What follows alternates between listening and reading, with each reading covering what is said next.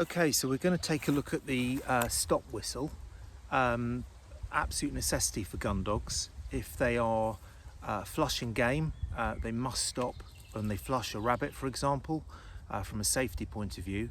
But equally, if you've sent them on a retrieve for a bird that's dead, and meanwhile a bird goes down and it's injured, it's your duty to pick up that injured bird before.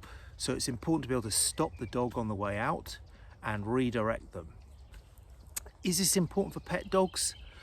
I think it probably is. Imagine if your dog ran across a road or perhaps some other unsafe situation. You wouldn't want to recall the dog back to you in that situation. It's much better to be able to make the dog sit and stay at a distance. So this is useful for the pet dogs. But just going back to gun dogs for a moment, some people worry about squashing drive and they see the stop command as a negative.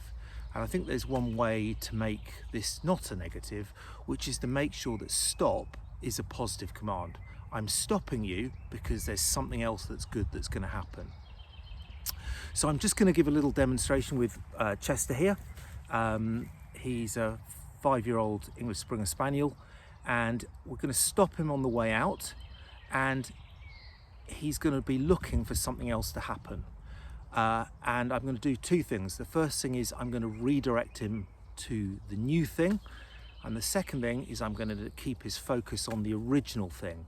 But either way, when he stops, something good is happening. So we'll see how that goes.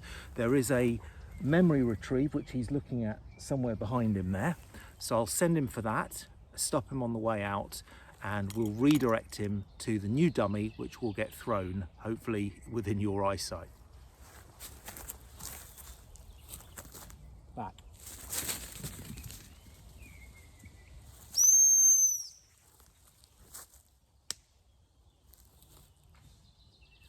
Get out.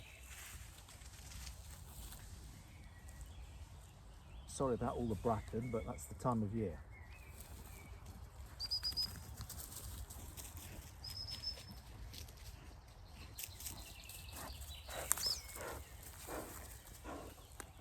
Dead. Now we'll send him to the original retrieve for that.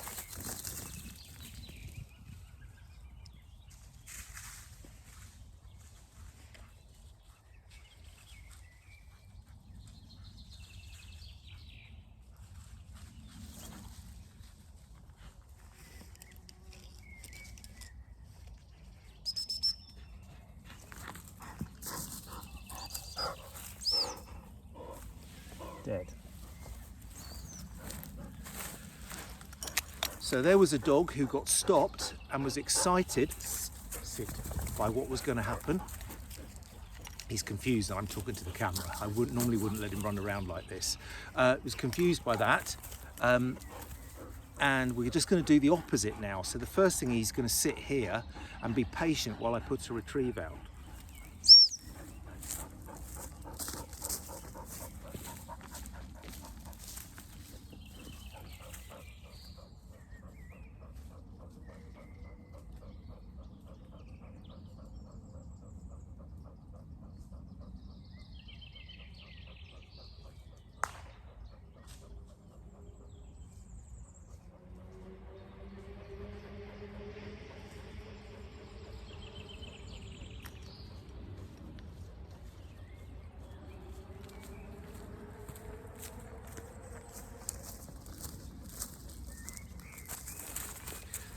Okay, so again, the retriever's gone out. I haven't needed to look back at the dog because he's used to sitting and staying whilst all this is happening.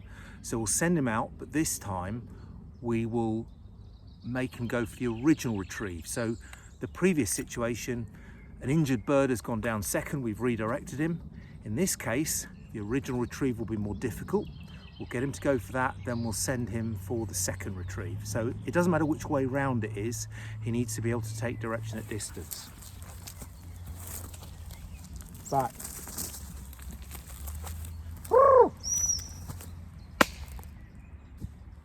Leave that back.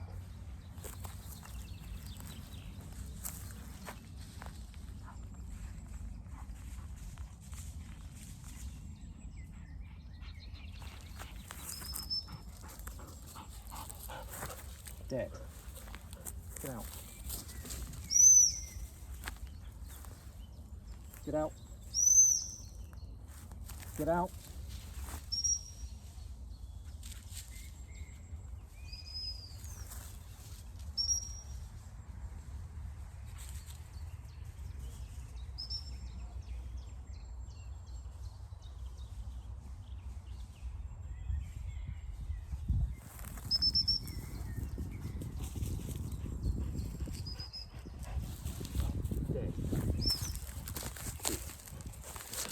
So you see there, he took a little bit longer to find that. Hopefully you could see that.